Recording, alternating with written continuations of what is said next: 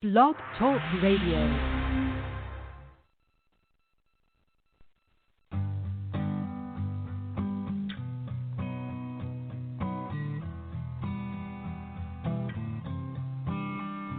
It was a creed written into the founding documents that declares the destiny of a nation. Yes, we can.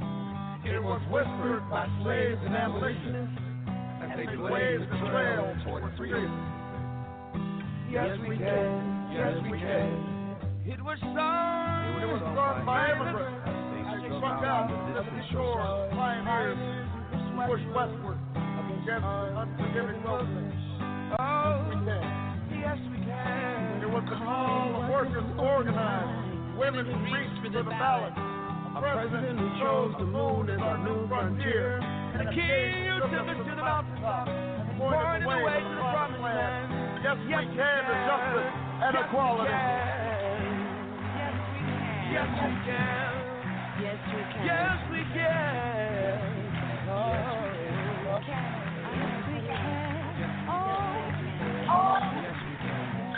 Yes, we can. Yes, we can to opportunity and to prosperity. Yes, we can to opportunity and prosperity. Yes, we can heal this nation.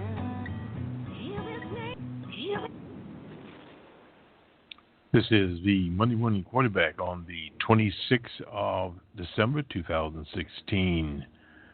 Coming to you on the Boston Red Network from WBRN Radio in Boston. And happy Kwanzaa to everyone out there. Also, various other days are being celebrated around. We've just finished the Happy Christmas part of the holiday scenario. And we have a Hanukkah also. We'll start this off. Interesting little article here. This is an opinion article by Stanley Greenberg and Ann Greenberg. It was on the 23rd in the New York Times. And the title of the article was Barack Obama Bad for Democrats. President Obama, we remembered as a thoughtful and dignified president who had a scrupulously honest administration that achieved a major change. People are angry over whether his impatience with politicians and the Republican intransience denied him the biggest accomplishments, but the argument is beside the point. He rescued an economy in crisis, passed the recovery program, pulled America back from its military overreaches, passed the Affordable Care Act, and committed the nation to addressing climate change to be a truly transformative in the way he wanted. However, his success has to translate into electoral gains for those who share his vision and want to reform government.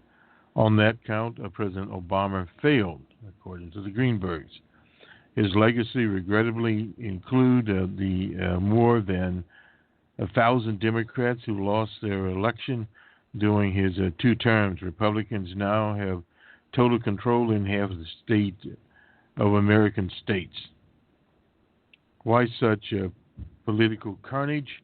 Faced with an economy potentially in collapse as he took office, President Obama devoted his presidency to the economic recovery, starting with restoring the financial sector, but he never made wage stagnation and growing inequality central to his economic mission. Even though most Americans struggled financially for the whole of his term. At the same time, President Obama declined to really spend time and capital explaining his initiatives in an effective way. He believed that positive change on the ground, especially from economic policies in the Affordable Care Act, would succeed in vindicating his judgment and marginalizing his opponents. Absence of a president educating the public about his plans for voters, the economic recovery effort morphed into bailouts, bank bailouts, automobile bailouts, insurance bailouts, and by the second year in office, he spotlighted the creation of new jobs and urged Democrats to defend our programs.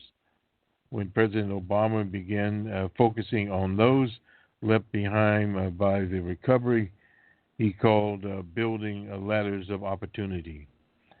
That communicated that the president believed that the country's main challenges were unrealized opportunity for a newly ascendant multicultural America rather than the continuing economic struggle experienced by a majority of Americans.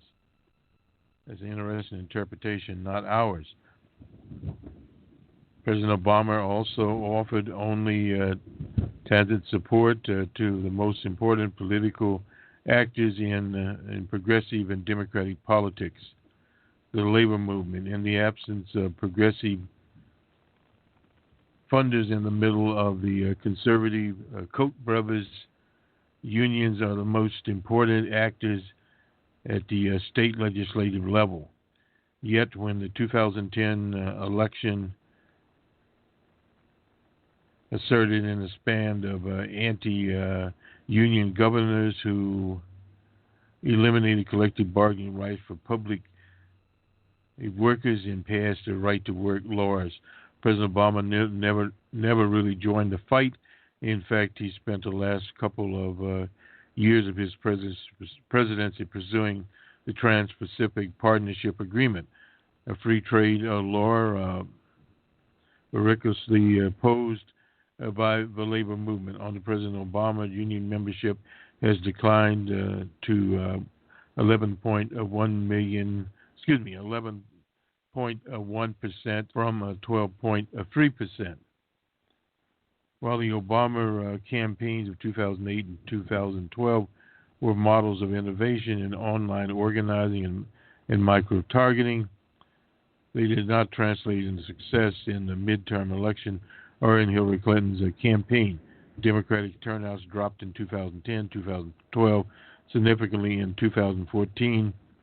Models, it appears, do not substitute for hard work organizing and engaging voters in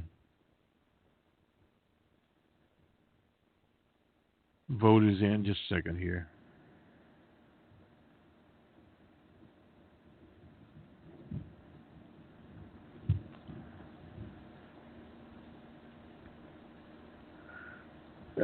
Voters in when President Obama began focusing on those left behind by the recovery, he called for building ladders of opportunity. We only got through that one.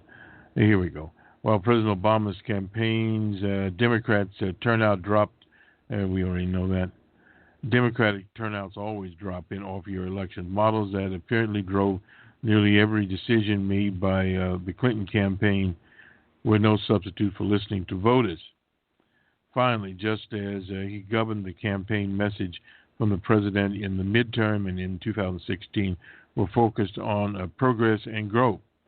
On the eve of the 2016 election, the president used the refine, "We've seen America's turn recession into recovery," and 15.5 million new jobs. Pointedly, he said, incomes are rising, poverty is falling. That was correct. The public reaction was stark from the beginning. People did not believe his views on the economy, and his approval rating fell in Maine, New York, New Hampshire, Pennsylvania, Iowa, Minnesota, and Wisconsin in 2010, in Iowa, Michigan, in North Carolina, Ohio, and Pennsylvania in 2014. The states that led the working class movement away from the Democrats. Just as important, however, was the discontent brewing in the Democrats' own base. Combined, the approximate 40% minorities, unmarried females, and millennium voters disapproved of how President Obama was handling his job. That was in 2010 and 2012. Much of that was given to inexperience in the voters and on realistic expectations. Many stayed home during the off-year elections. Willard Romney carried white millennials by 7 percentage points in 2012. A lot of that was based upon racism, and it also was based upon what we call the tooth fairy type of politics, that people were thinking that perhaps things would be better. And on the Willard Romney, there were concrete results out there that Willard Romney would not do the job. Mr. Obama did win re-election that year, though only after embracing Teddy Roosevelt's popular spirit and criticizing the breathtaking greed of a few. Well, yes. He declared it a make or break moment for the middle class. The pastor did not animate his governing message or the 2016 presidential election. The president will leave office with a rising approval rating near the same as Reagan, and an economy they're nearing full employment. Well, full employment, if you're talking about 4.5%, yes, but it's not really full employment. Yet a majority of voters in the last election said the economy was a top issue in their vote. The last election, one has to understand, 40% and about 43% of the eligible of the circumference of voters did not vote. It was one of the lowest turnouts in history, and this is something the Greenbergs, they were offer of the American Ascendant, and Ann Greenberg are partners. This is a Greenberg, Quantum, and Rosner, whatever that's supposed to be. We think voters were sending a clear message. They wanted more of a recovery. They wanted an economy and government that worked for them, and that task is unfinished, no doubt about that. But what they have is J.D. Trump. Now, the type of posture that J.D. Trump is taking is not the type of posture that these people are looking or need from the composition of his cabinet. His cabinet to be, as one would say, is not where they want to go. Let's go and do the sports. There were 2 games on Sunday. Pittsburgh won the NFL, the NFC North. The final score, that was a battle, and it was in Pittsburgh. Ratzenberger saved the day, no doubt. 31-27 was the final score, and saved Pittsburgh's season, literally. On his hand, it worked out for them, and a 27-31 come from behind. He had three TDs there, so 21 points were his. Baltimore, I believe, was favored in this one. I'll have to write that down from now on out. Nonetheless, the other game was in Kansas City. The Broncos fell to Kansas City 33-10. Let's look at the standings. That'll tell us a little bit more on where we are going. That was week 16. As the NFL season is being, as one would say, finished off. Oops, I didn't want the schedule. I wanted the standings. We'll get the standings. Nonetheless, we'll start in the AFC East. The Patriots are on top there. They're playing 8-67 ball. And next are the Dolphins. They are 10-5. The Pats are 13-2. And the Bills and the Jets bring up the rear. Now this is the NFC North. The Steelers have clinched. They are 10-5. The Ravens are playing 5:33 ball. They're 8-7. And then Cincy is 5-9 and so forth on down. I guess the Browns are the last of that division. Houston has clinched. That's in the AFC South. They're playing 600 ball. 9 and